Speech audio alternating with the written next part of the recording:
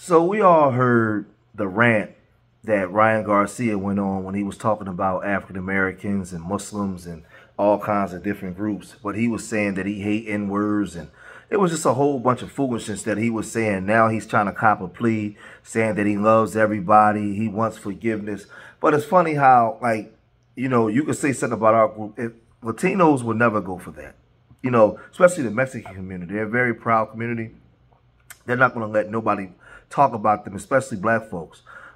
We've been through a lot in this country, man, and we should have something on the books that protects us from this type of anti-black talk.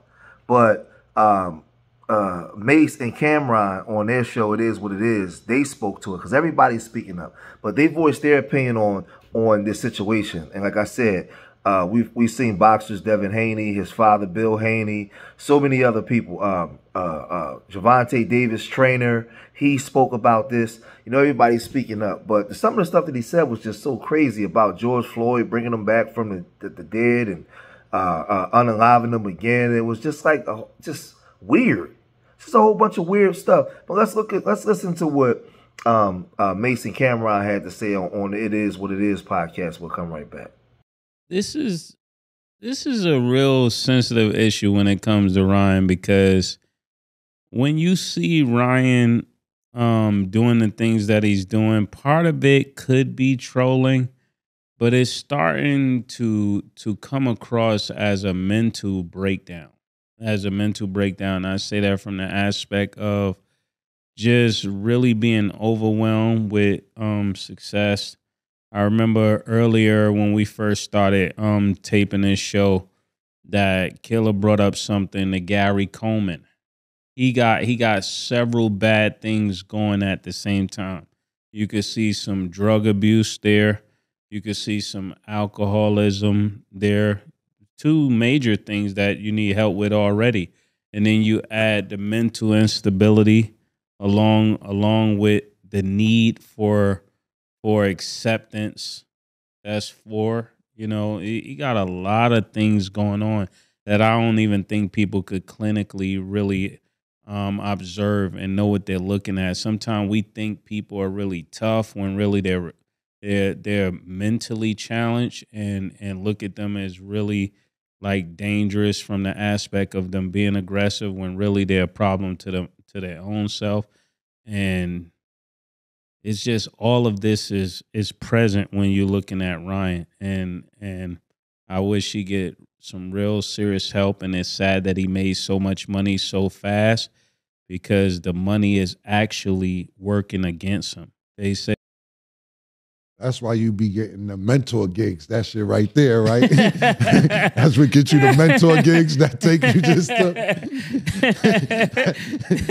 I did spell it out, though. That's what gives you them gigs right there. Alcoholism. Listen, that was pretty good. Drug abuse. That was really good. Yeah. Until he's clinically diagnosed, get the fuck off your phone, nigga. You're in the phone too much. You're on the internet too much. Put your phone down. Everything Mase said may be cool until they diagnose you. I don't want to hear it.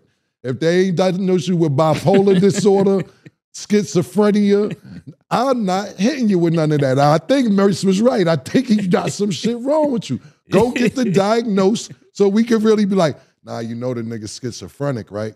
You know he's bipolar, right? So we could go with that. You know where he's going now? Because he's like the racist shit? I think I need to go to rehab. Nah. Everybody goes to rehab once they get suspended for some wild shit. Niggas like, I've been drinking too much. I'm on pills or whatever. Now you're going to rehab. I'm not jacking it. Pause. Now, what Mase said, you may need to take that in the heat, because I think he may be right on some few shit, but I'm not jacking none of that until they diagnose you. Rehab is wild. So until he got his hospital note, you ain't going. I ain't jacking that. You gotta get diagnosed, because you know why? You can get away with certain shit when you got that paper. Like, oh nah, he's schizophrenic though. Oh, okay, I didn't know that. And then the sympathies kicks in. Yeah, niggas feel sorry for you. I ain't know the nigga was schizophrenic. I know people with bipolar disorder. I know, like friends, you know what I'm saying? And But they got their paperwork and they got medicine. And they got medicine. And if they don't take their medicine, they bug the fuck out. Like, really bug out. Like, so I ain't none of this shit. Now, you right, Murder. These symptoms are what you talking about. Get the paperwork, you may get a different take from me. Until today, you're racist and you're saying wild shit, and you need to stay off the phone. Whoever's around him, say, this what you're about to say may not be good for live. It may not be good for a blog. It may not be good for an interview. You're wilding. Now, when you're trolling, see, that's the thing about it, is that he uses the word troll a lot. I'm trolling. Fighting Devin Haney, I'm trolling. Who are you trolling? The Muslims and the blacks? There's no reason to troll. You don't have a fight coming up. Who are you trolling just in general to be like, oh, I'm going to get niggas like this or niggas like that? Mase made a great point. You got several issues going on. You don't need to be trolling a motherfucking person. They took your victory away against Devin Haney. You got found guilty of the whatever. Posturing. Yeah, exactly. And now you're being racist. Now you're going to rehab. No, I ain't jacking rehab, bro. I'm not. Yeah, because he's saying racist thing, but then saying he's a Christian. It's just the wildest combination. Might be bipolar. Oh, yeah. Did you guys hear what he said? I did. Okay, well, for Cam, basically, and he said a lot of things, but he said, I hate niggas. I'm anti-black. I'm the KKK. Hey, let's go bring George Floyd back to life and go kill that nigga again. He don't get no pass for that. Come on. He don't get no pass. I didn't hear that part. This is what I'm talking about. He don't get no pass. Come on. Come on, man. You better go get your note. I'm glad I said it. Exactly. I already wasn't jacking it. Now I heard that. Yeah. I don't even want to hear rehab, nigga. Go bring George Floyd back to life to kill the nigga again. And you, come on, my nigga.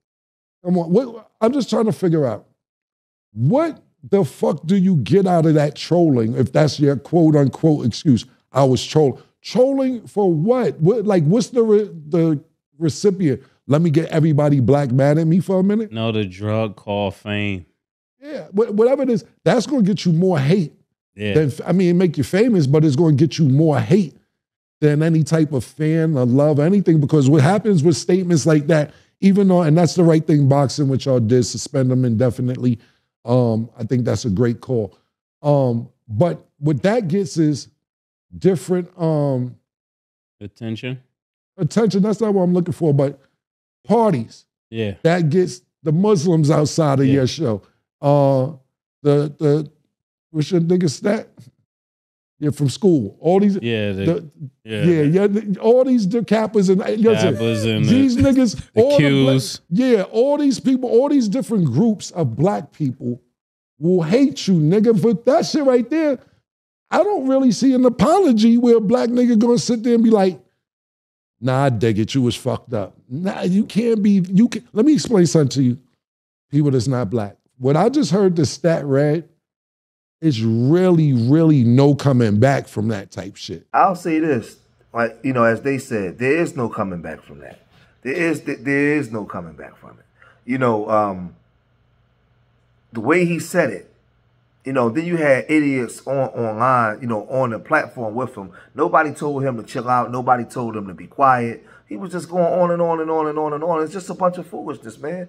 But now, like I said, they calling him a kid. He has mental health issues. He has this. But if he just said something about the Jewish community, you would never see him again. He would be gone out of there. And that's the stance that black folks is going to have to learn to take. Stop letting people disrespect you. Whatever issues we got here in America amongst our own group does not give another group carte blanche or permission to say anything about us, man. Anything about us. We should not be disrespected in that manner. And nobody black should side with him or have any type of sympathy towards him. He knew what he was saying when he said it, and now he got to pay the consequences. He's an adult. He understands right from wrong. He knew what he was doing. And like I said, he doubled down. He said he still feel the way that he feels, even when he apologized. Talking about black on black crime and all this stuff as if they don't have Mexican on Mexican crimes in Mexico. It's just a bunch of foolishness, man.